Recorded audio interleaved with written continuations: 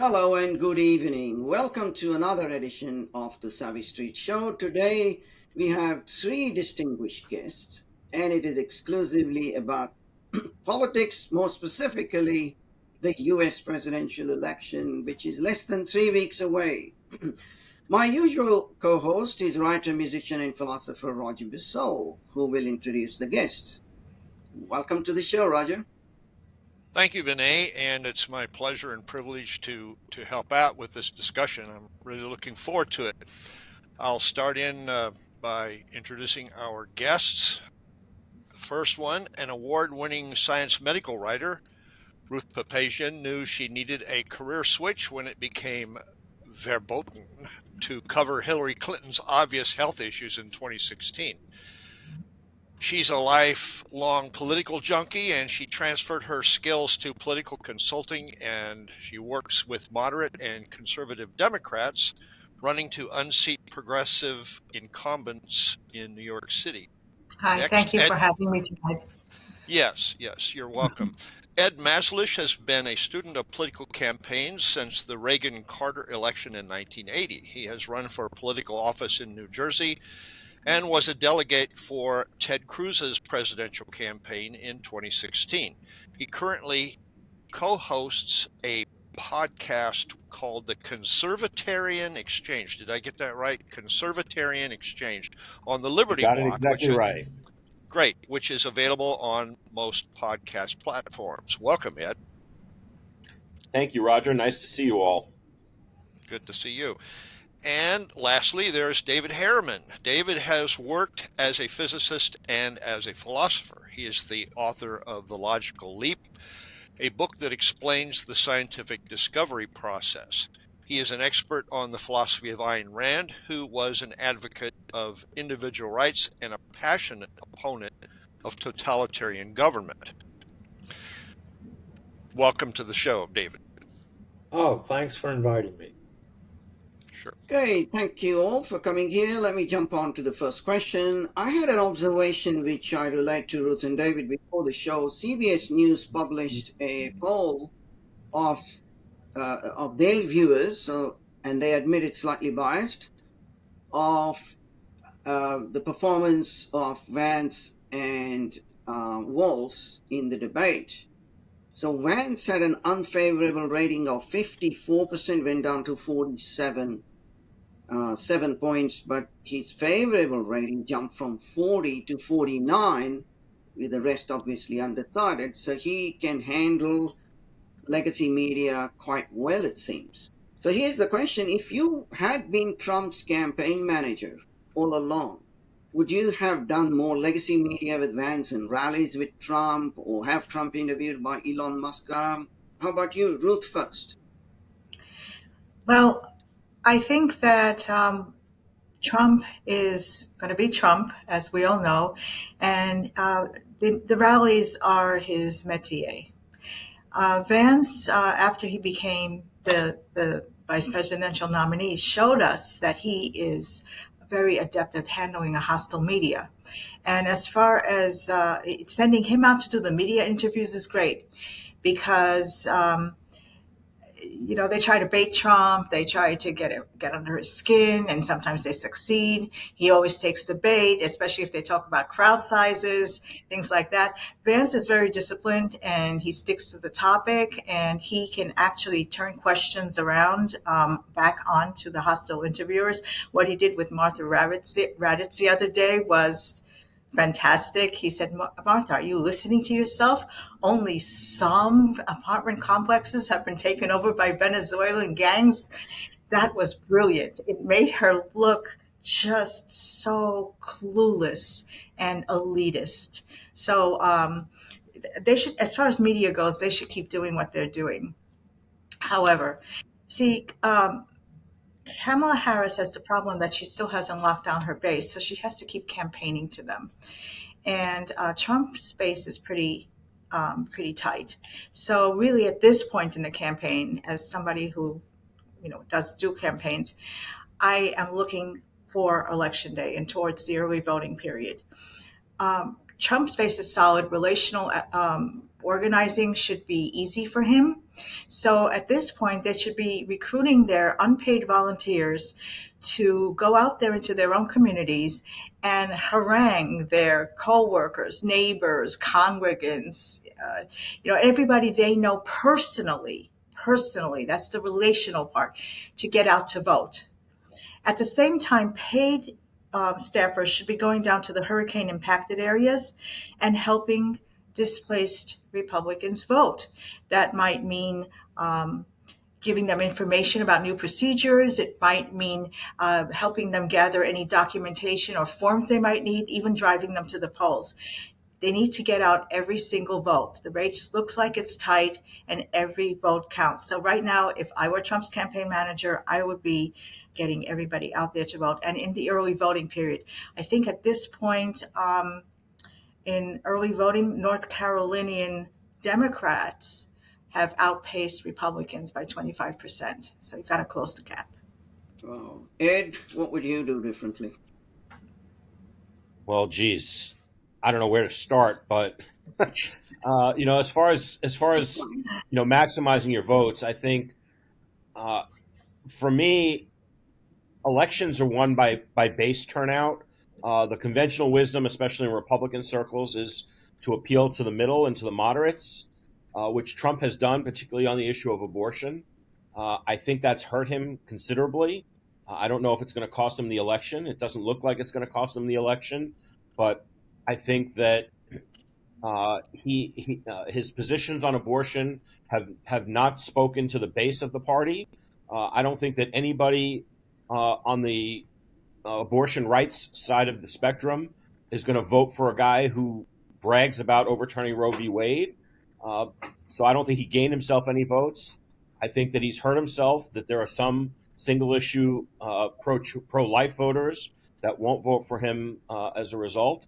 And I think just more generally, I've been in several states, including North Carolina, Michigan, and New Jersey, New York. And the Democrats' main issue is abortion. And the Republicans have an obvious rejoinder to the Democrats' pretend defense of protecting bodily integrity. And that's Fauci. And that's the jabs. And that's the forced medical experimentation. And not a single Republican is using it.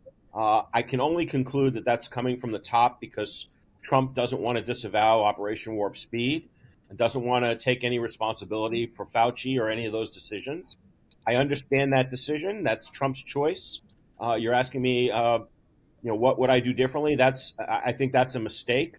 I think that he's allowed the Democrats to come across as not merely defenders of individual rights, but crusaders for individual rights and bodily integrity, which is an obscene inversion. The Democrats don't believe in any rights, but particularly don't believe in bodily integrity. So I would do that differently. I also think that Trump missed a tremendous opportunity during the primaries when everybody but Nikki Haley dropped out after New Hampshire. He could have if I had been Trump's manager, I would have told him to pay Nikki Haley to stay in the race so that he could use the fact that there was a live controversy to challenge all of the electronic voting machines that are used in the campaign. He had an opportunity to bring suit then rather than scramble right now and complain about the unfair voting and the unfair counting. And the Democrats have been talking about how it's going to take days, if not longer, to figure out who won, when we all know that they can count the votes in a couple hours or at least overnight. All of us on this panel are old enough to remember when we knew the victor by 1 or 2 in the morning.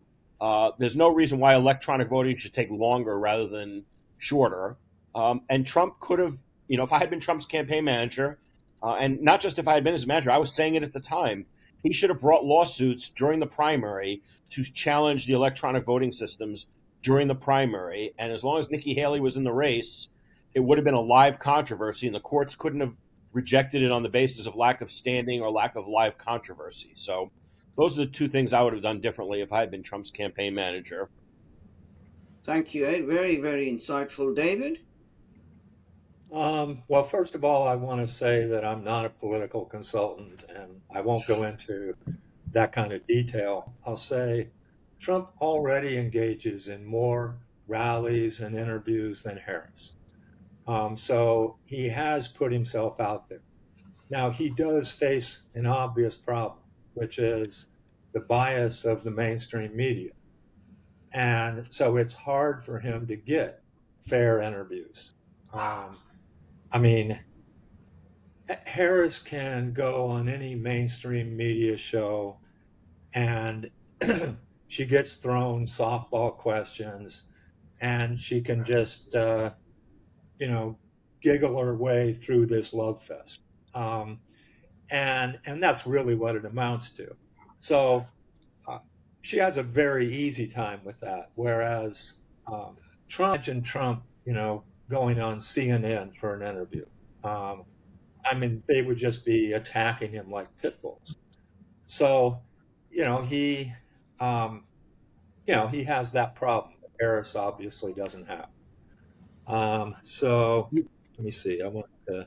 Do you really see that as a Um, problem, though, David? I mean, I think not only Trump but anyone it's much easier to shine if you can defeat the interviewer doing that than it is to just answer softball questions. I mean, I don't think Harris does herself any favors by answering softball questions. Nobody thinks she's any better for answering softball questions. yeah, but if they were to ask her the hard questions, she wouldn't be able to answer at all. She would just be up there Right. stuttering, which Right, wouldn't but look good. Trump looks good when he answers the hard questions, I think. Yeah, no, I do too. But um, I also think there's a limit to what he gets out of that. The constant, unfair, biased questions about topics that aren't even that relevant. It's Yeah, not what January should 6th be for talking one. Hmm. So I think he is right to focus more on the rallies. I mean, and try to get interviews, but with more objective media. I don't think it does him any good to go on NBC or CNN. Okay. So yeah, I mean he has that disadvantage. Plus, Right. also every time Trump does a media interview, he might be losing some independence, whereas Vance is gaining them. So I would keep sending Vance to do the interviews and Trump to do the rallies. They'd have a nice little division going there. So Yeah, and multiply and uh, win, more that way. Ed raised this issue in Australia. I stood for the federal by-election. The prime minister resigned his seat in April, and I met a whole lot of people that called it. I was for the Libertarian Party. I got 6%, which was a nice result, but they call it the ground game.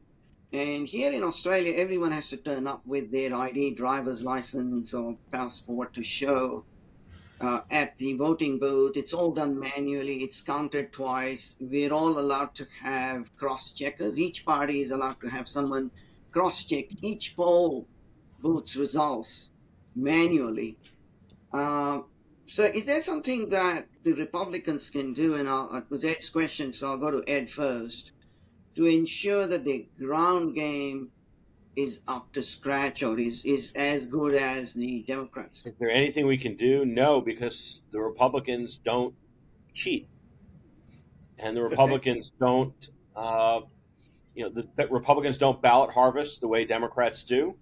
Um, if we were going to try and have fair elections, I mean, Republicans tend to fight the last war, and they're fighting the last war when it comes to voter ID. The problem with voter ID, of course, you should need an ID to vote, but under the motor voter law, which has been law in the United States for over 30 years now, the all, the illegals all have IDs. You get when you get a driver's license or a state registration card, you're required by federal law, or the states are required by federal law, to offer a voter registration to that person.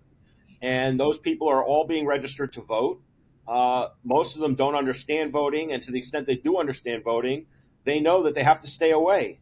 So when you combine that with ballot harvesting being legal in a lot of states, Democrat operatives are registering these people or taking them to get identifications, registering them to vote, and then they know they've got a whole list of people that they know are going to stay as far away from voting as possible. And that gives them the opportunity to ballot harvest and submit ballots in favor of their preferred candidate they're basically have legalized cheating, and it's impossible to catch them. The motor voter law is really the culprit here, and it needs to be repealed, or if not repealed, seriously amended. And no Republican is talking about that. No Republican really understands that. So that's the big issue on the ground game. I mean, do the Republicans know how to make phone calls? Yes. Do the Republicans know how to do advertising and speak to the voters? Yes, kind of. I mean, as I mentioned in my previous answer, Republicans tend to seek out the mushy middle, thinking that elections are won in the middle. And Democrats, if you look at them, they tend to motivate their base. You know, when they put Walsh up there instead of Josh Shapiro, they picked somebody who was going to appeal to their base rather than just somebody who would appeal to the middle. Trump actually did a good job, I think, picking Vance because Vance speaks to the base. But Republicans, as a general rule, tend to look towards the middle, and I don't think that's a smart ground game, in my opinion. Okay. David, what about something Ruth said? Go out there into the hurricane hit areas, recruit those people. Anything else you would do with the ground game? Oh, you mean before we get to hurricanes? You were, Yeah, um, yeah. that was just an The illustration. ground game? Well, I mean, I agree with what Ed just said, which was the Democrats are much better at cheating than the Republicans. And it for the Republicans to win an election, I really think they just need to win by a margin that's big enough to overcome all that cheating. Fair election, of course, the Republicans could be ahead by 1% and win the election. That's not the way it is now. I think realistically, the Republicans have to win by several percent in order to actually win the election. Okay. Ruth, any changes in the ground game? Okay, so I want to address something Ed said and something David said. So, as Ed correctly pointed out, ballot harvesting is legal. So, if it's legal, it's not cheating. Republicans are about 10 years behind the Democrats in terms of campaigning and technology in campaigns and just across the board. So that's the first thing I want to say.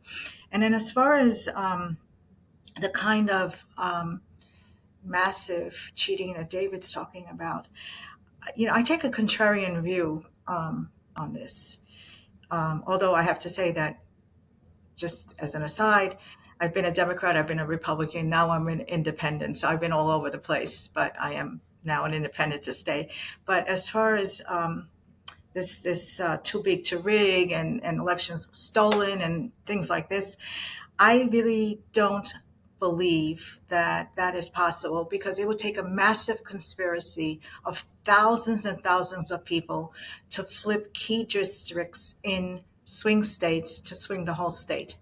Now, nature being what it is, somebody's going to start bragging to their friends. Oh, I helped, Trump, lose North Carolina. I did this and I did that. Maybe trying to impress a woman or maybe getting drunk at a party, but somebody's going to blab and the conspiracy is going to come out. I just don't think it's possible to keep something that massive a secret. So I really don't believe that elections are stolen per se. And I do believe, though, that Republicans should do a better job of ballot harvesting, chasing ballots, getting out the vote. One thing they could do, for example, you notice that in New York State, we have Proposition 1 and elsewhere similar propositions that all of a sudden are not only enshrining into the state constitution abortion rights, which means until the head crowns, but transgender rights and this and that, and gender affirming care, and all these very controversial issues are becoming put onto the ballot as ballot proposals or propositions. Now, why do they do that? They do that to drive the vote. They do that to get out their base. Republicans should be doing more of that. See, you get them out to vote for the proposition, but while they're there, they're going to vote for all the candidates. See, there's so many things Republicans don't do and should do. Agreed. Oh, I'm going to transition to the next, if you pardon the expression, transition to the next question here. Full disclosure, I am an independent. I have libertarian leaning views. And I agree with Ruth's analysis or opinion, I guess, about cheating, etc. I put it a little more bluntly. I think Republicans are creatures of habit and they're lazy.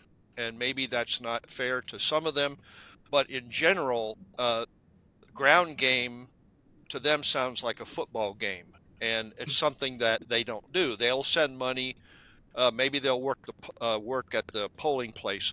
But Ruth, you mentioned about maybe going to the hurricane areas and helping out. Well, you might consider that as part of a ground game. And how many Republicans are going to roll up their sleeves or take time off to go do that door-to-door community type of work that could happen? And so this leads to the question that I had, and I thought it might be passé by the time we had our podcast, but it's still, I heard on the news tonight, they're still having trouble or not able to get their plumbing and water going in some of these areas. I don't know how they are with food. Hopefully they're getting food and some drinking water. But here's the question: is the aftermath of these hurricanes going to disrupt voting so much, especially in the rural areas like in Georgia or North Carolina or South Carolina, that what should be a Trump Vance victory in those states is in jeopardy? That's kind of the question.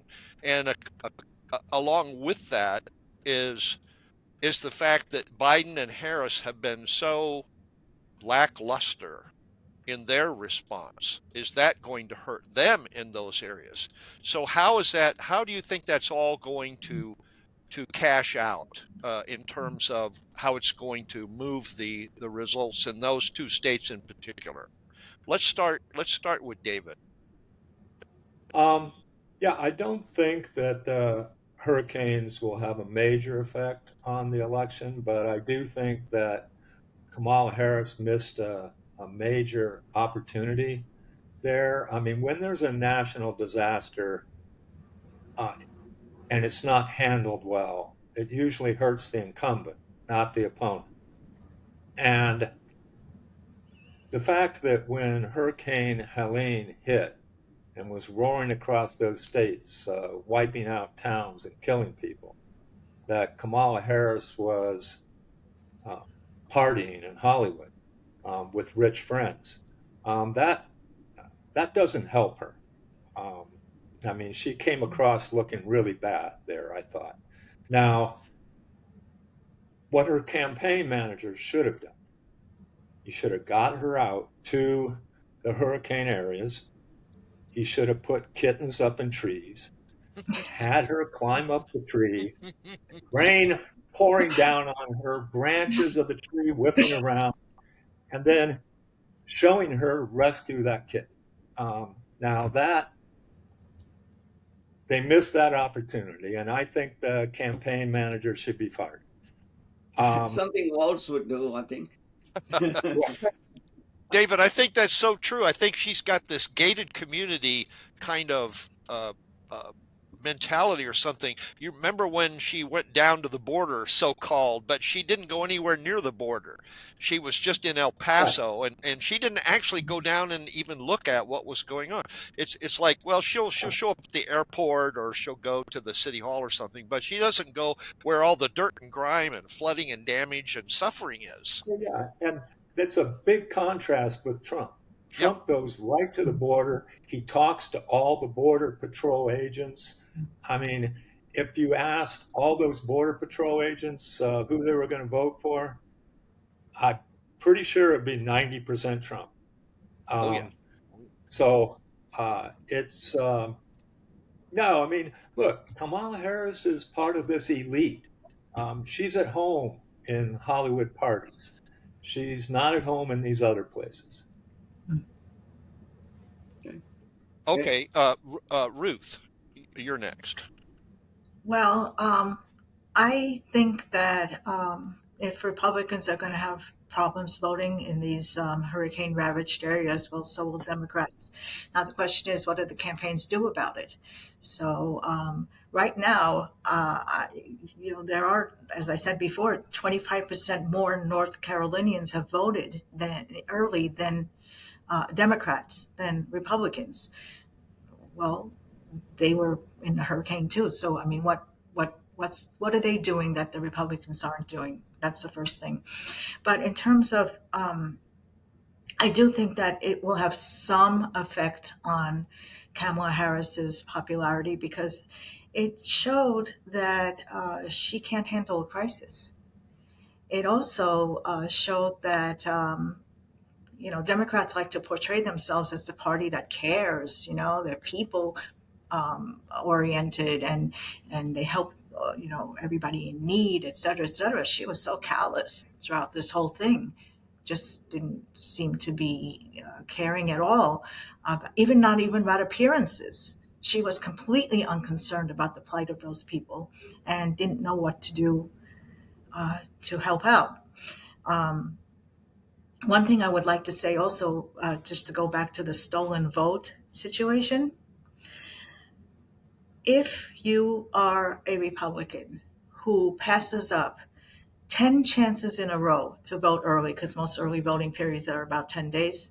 So you've passed up 10 other chances to vote, and you are saying, oh, I'm going to vote on election day, but then something happens to keep you from voting on election day, you have disenfranchised yourself. And if you want to worry about a stolen vote, go look in the mirror because you just stole a vote from all the candidates that you support. There's your stolen votes right there. Couldn't put it Oh, I better. do want to come back to a point that Ruth mentioned earlier when she said it would be impossible to conceal, massive vote counting fraud. And I think, I mean, I don't think it's been concealed. I think it's come out in a lot of ways. De Sousa's 2000 Mules movie, there were all kinds of controversies about what was shown on video cameras, the shutdown of the polls on election night in Atlanta. They claimed they had to clear everybody out of the building because there was a major plumbing issue. Turns out there was one overflow toilet, I think. I mean, there was all this stuff. There was a truck driver that drove a bunch of ballots from New York to Philadelphia, said he did it, whole bunches of ballots, and then his truck disappeared. I mean, there were interviews with lots and lots and lots of people who were saying, look, there was fraud going on here. It's so, and in regard to the media, you can look at Project Veritas. They catch these left-wing politicians all the time. So an executive at CNN was in a meeting where they caught him on camera saying, no, we're not going to cover that Hunter Biden story. No matter what comes out, we're not covering it. They caught another executive at CNN saying, look, our whole motive here is not to, present the candidates as they are and give a fair treatment of the election. Our goal is simply to get Biden elected. They caught people on camera saying these things. So it's not completely hidden. That's the only point I was making. Well, Ed, I Ed's do. waiting too. Ed Mazlish, I do want to hear what you have to say about the hurricanes before we move on. Yeah. Well, and in full disclosure, I'm actually one of the people that was in. Well, I wasn't actually in the line of Helene, but I do have a house that was in the line of Helene, about 45 miles east of Asheville. I split time there. I was there over the summer. Um, I'm familiar with North Carolina generally because I've lived there for about 4 years, or I did live there for almost 4 years before moving up to Michigan, where my son goes to college. Um, but I can tell you, as far as the hurricane goes, I, I don't think that the hurricane is going to impact voting too much, for the simple reason that the people I know in North Carolina are all very motivated to vote. I don't know anyone in Asheville, but in my town, which is Morganton, uh, a lot of people were flooded out. The town was flooded pretty badly, and schools were closed for about a week. Power was out for a long time. It wasn't quite as bad as Asheville, but it was pretty bad in my town. But the people I know are all very motivated to vote, even though early voting has started, and they might be getting to the polls late. They are going to vote. I think that people also know. I don't think I know that people know that, or people believe that they are being targeted, and there's a concerted effort to make sure that such efforts fail. People, at least people in Morganton that I've talked to, a lot of them say we know that they're not trying to help us, and they think that it's going to hurt the Republican turnout. And I don't think it will. But that said, a couple of other points.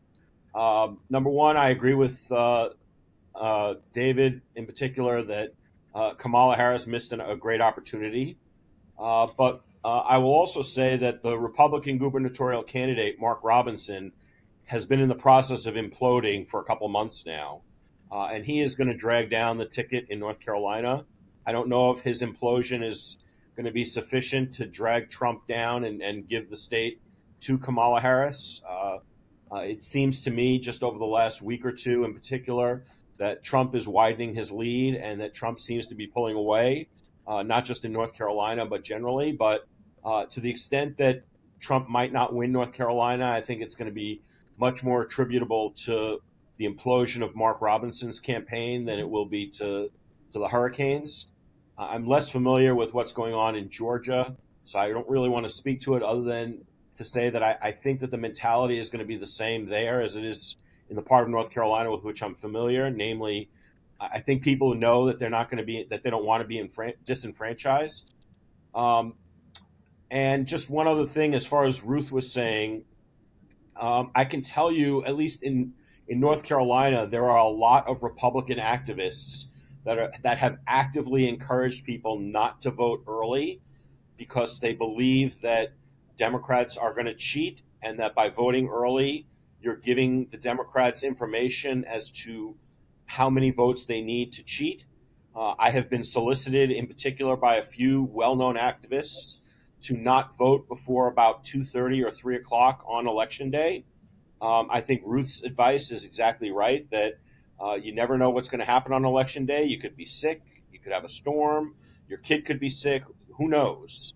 Uh, I personally don't like early voting. I think elections should be a snapshot in time. But as long as there is early voting, it makes sense to go vote while you can. But I can tell you that a lot of people, a lot of Republicans in North Carolina are being not just advised, but strongly encouraged not to vote early because there's a belief that by voting early, you're giving the Democrats knowledge and information about how many votes they're going to need to turn the state. Right. It is the month of October, and we're more than halfway through the month, actually.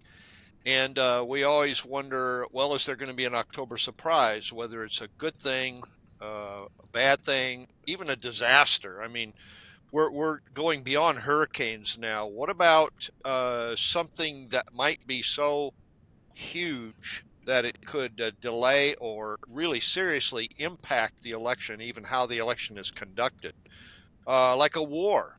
I realize that just today the Israelis took out the leader of Hamas, so maybe there will be a peace settlement soon, maybe not. But what about war there or Ukraine, a pandemic, third, an effect? I'm sorry, an attempt on Donald Trump's life that succeeds. What are the chances for something of that sort to be used, and who do you who do you think would try such a thing? And could it succeed?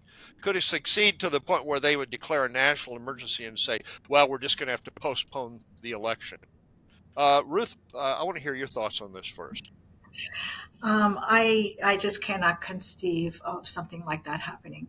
You just can't have millions of Americans disenfranchised on the whim of a governor or a secretary of state. So if any state either curtails, postpones, or suspends voting for any reason, I think that the Trump campaign should immediately file an injunction and take it to the Supreme Court if necessary. This is, you don't suspend elections in this country. And if, God forbid, Trump should get assassinated, well, he's still on the ticket with Vance. So Vance would take the oath of office, I believe. I'm not a constitutional attorney, so I don't know that for sure. Well, that sounds right. Ed Mazlish, how about you? Your thoughts? Well, as far as canceling the election, you have to remember that we don't have one national election. We have 50 state elections plus the District of Columbia. I can't really conceive of anything that would lead to all 50 or 51 jurisdictions trying to cancel or postpone the vote, especially given that Republicans control a good portion of those states. That said, are there things that I think could disrupt the campaign? Sure. It's obvious that they're trying to either assassinate Trump or, at a minimum, if the Democrats aren't the ones behind the assassinations, they're certainly encouraging them, and they're certainly not doing anything to discourage them. Assassinating Trump wouldn't cancel the election, but it would certainly disrupt them, which was your question. And as far as disrupting, I don't think the Democrats need to disrupt. They've told us what they're going to do. They've told us that they're not going to have. We're not going to have a winner on November 6th. I don't think there's any reason why we can't have the votes counted on the night of November 5th, the morning of November 6th, unless there's funny business going on. So I think that they've told us that that's what their intention for a October surprise is, and I think that there's been signs of tension between Harris and Biden that make me think that Biden wouldn't be cooperative on any kind of October surprise to benefit Kamala. So that's my thoughts on the subject. Well, yeah, maybe not an October surprise. What about a January surprise? Like if Trump does win and has a clear electoral victory, who is it that certifies the electoral vote? That Well, would it would be, be Kamala Harris, and yeah. I think that the ironic thing with that is that they passed a statute that they think would tie Harris's hands so that she would have to be engage in a ministerial act to certify the election. I personally think the statute is unconstitutional. I don't think your listeners know that I'm an attorney. I've done constitutional litigation, but I didn't litigate the 2020 election. But I don't think that a statute can amend the Constitution. So I don't expect. First of all, I don't expect the Democrats to care.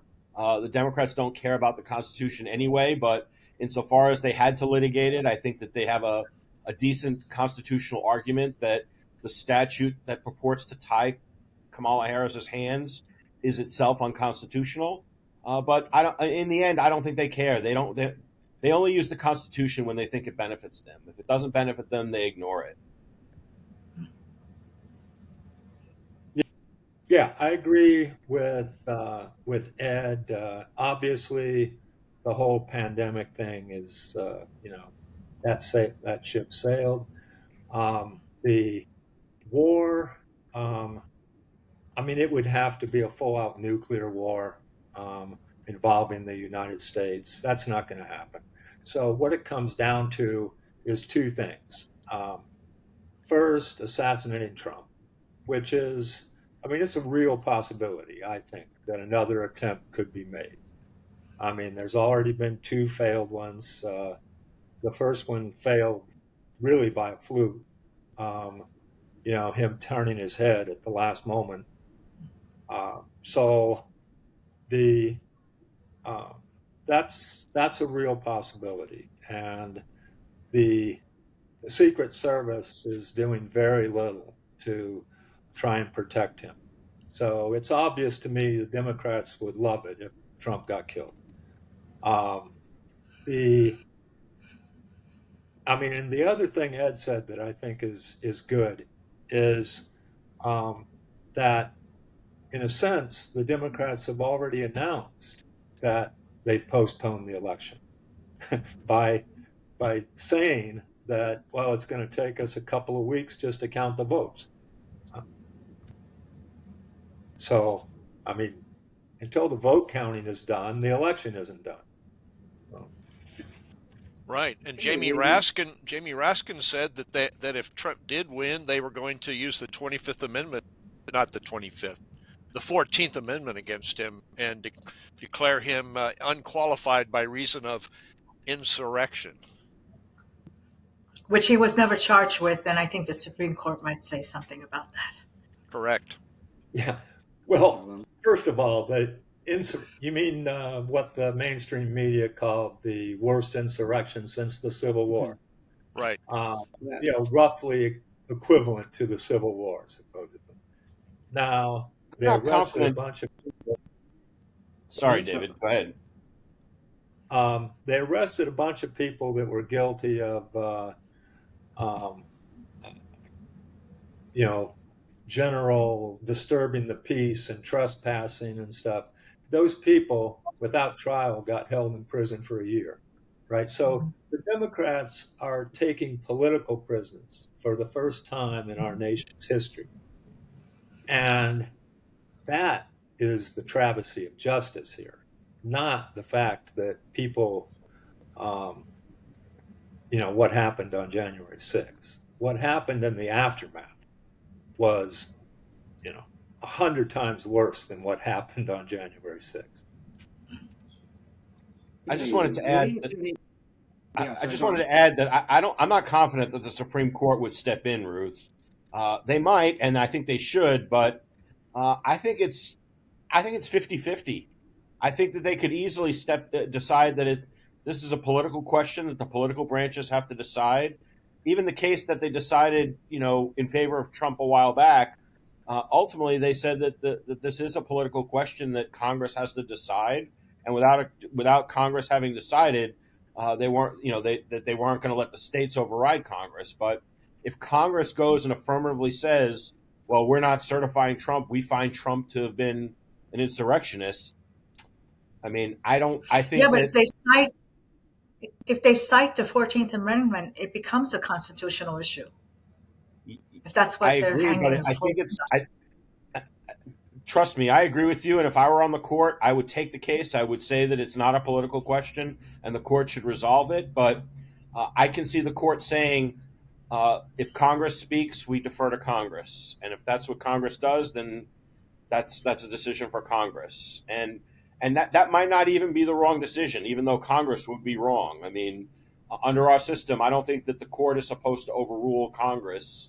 But I think it's an open question. I'm not so as confident as you are that the court would intervene. But then we might have civil war. I mean, if we're talking about a case where Trump wins the election and then they say, no, he can't take office. There's a lot of people in this country that would have a big problem with that. I agree with that, David. But you know what? If we were to look back 5 years from before now, and if you were to tell me in 2019 all the things that have happened in the last 5 years, and you asked me, is there going to be a civil war? I would have said we're going to have a civil war long before we got to 2024, and we haven't been close to it. Well, okay, Yeah. but here's the thing now. Trump gets elected, right? But so does Vance. And if Trump can't serve for whatever reason, there's that's the Vance. point. Yeah, he succeeds. Right. So they don't achieve their goals. And then the Well, deep we're state, now and then the deep state trains their weapons on him. Wow. potentially, but it can't go on. He would have a VP. Well, we're into these short questions now. 4 short questions, kind of a yes, no, maybe small elaboration. David, first, if Harris wins, will free speech and the economy be lost for good? Um, they will suffer major damage, but I do not think they'll be lost for. I mean, you can't say they'll be lost for good. Um, Okay. there's always a chance for a comeback, and I mean, what will happen is the Democrats that advocate global totalitarianism, they're going to entrench themselves, and they're going to get much more powerful. They already control the bureaucracy, the three-letter agencies. They control a lot of the media and the schools, and they're going to consolidate that control. And so, and along with a lot of disastrous economic policies. So it, I see, I see it as a real uphill battle to come back and uh, for America to fight to be a free country again. This next 4 years will be a disaster if Harris gets in. Yeah. But Ruth? yeah, Sorry. Yeah. Well, I'm going to tackle the free speech part because obviously our economy is already in free fall, so we know that's not going to come back. So, if you remember what Ronald Reagan said, okay, he said, freedom is never more than a generation away from extinction. It must be fought for, protected, and passed on to the next generation. Next generation has been indoctrinated in school to equate free speech with violence.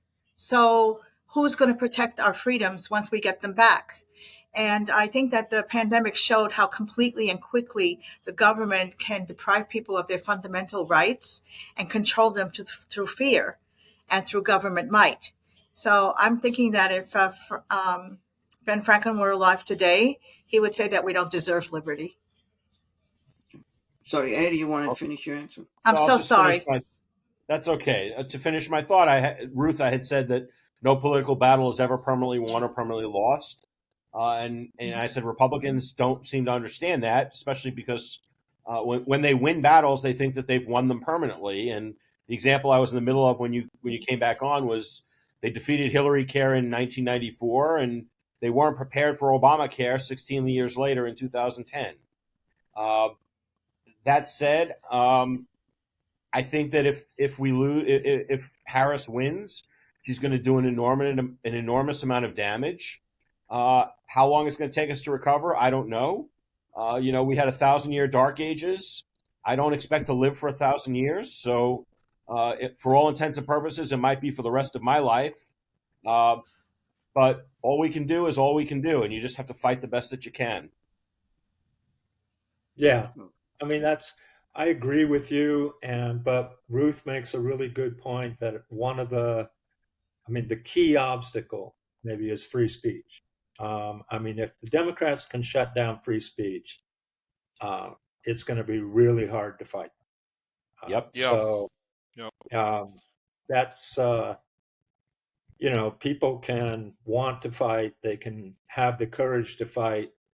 If they're not allowed to speak, um, we're in real trouble. So oh. Yeah. that's, you know, Okay, we have time for just 2 more short questions from Roger. Okay.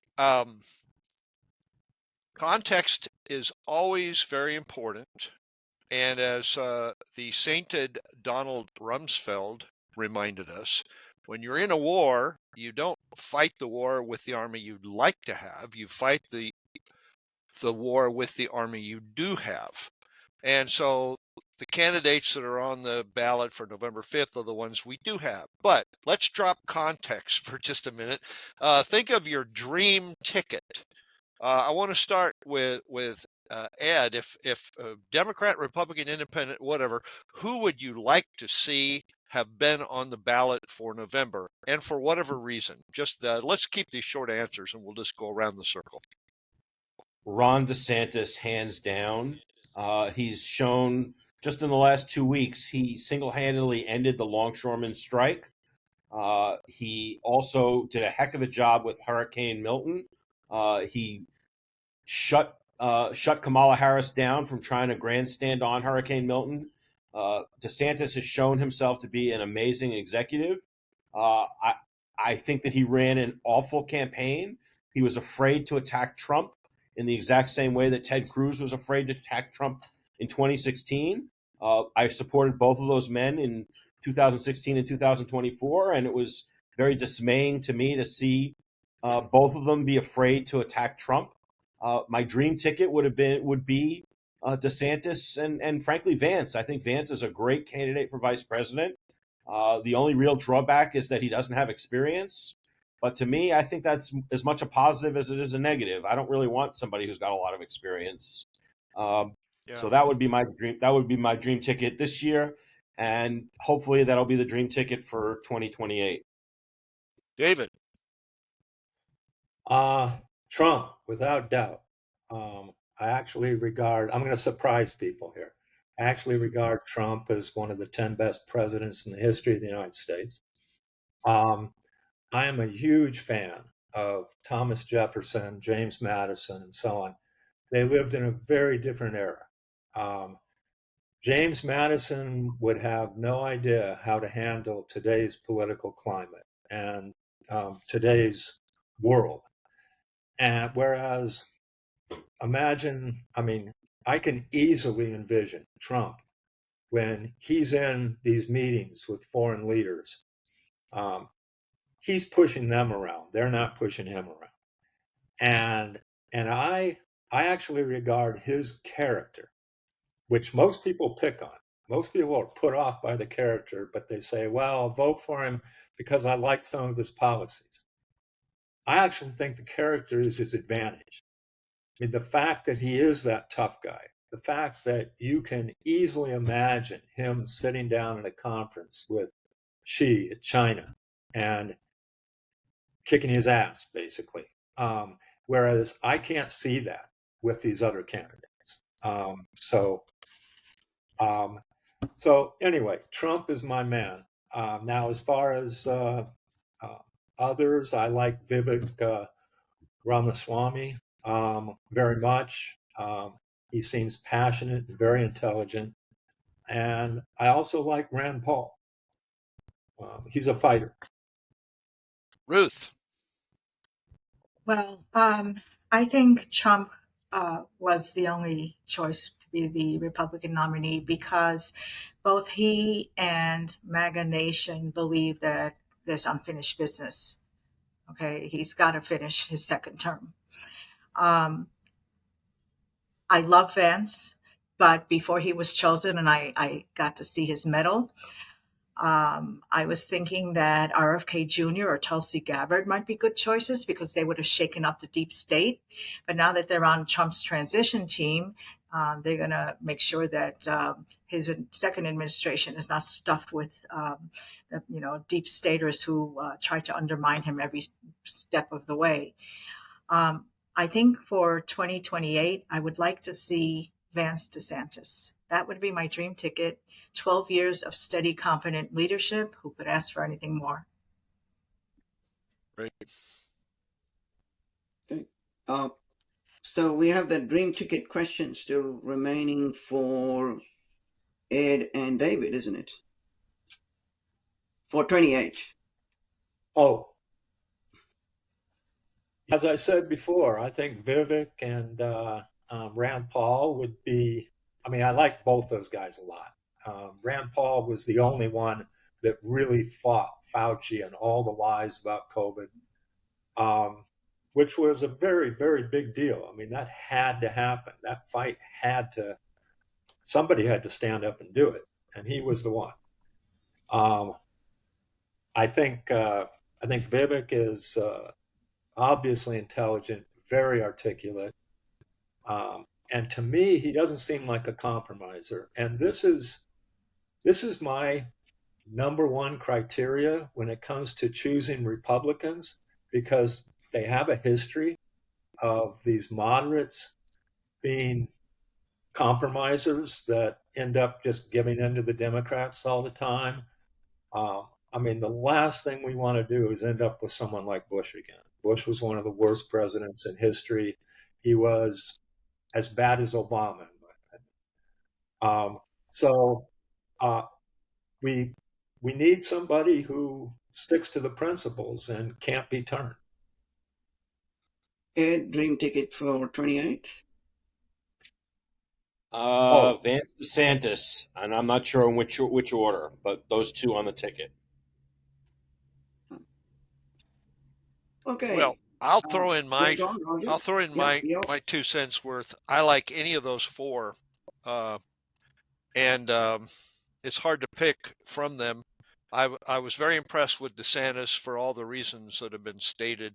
I really admire Rand Paul greatly, and Ramaswamy for how he speaks on his feet, and Vance, same reason. I think they're all very strong and very principled. They don't cave; they stand up, and they're articulate, and they're on the side of freedom. So those are all good reasons. Thank you. Yeah, I mean, I've been impressed by Ted Cruz, Rand Paul for standing up to Fauci. They're both very open. Vivek Ramaswamy as well. Vance is growing on me. And in the media, Megyn Kelly, I think, is Sure, very intelligent and articulate. So, sure. um, anyway, that sort of brings us to a close. Thank you all for being here. And we're going to meet again in 2 weeks' time. And we're going to have all the panelists give us their predictions, and we'll see how you go. To all the listeners out there and the viewers, thank you for tuning in to Savvy Street. That's how you become more savvy. So, good night and good luck. Thanks.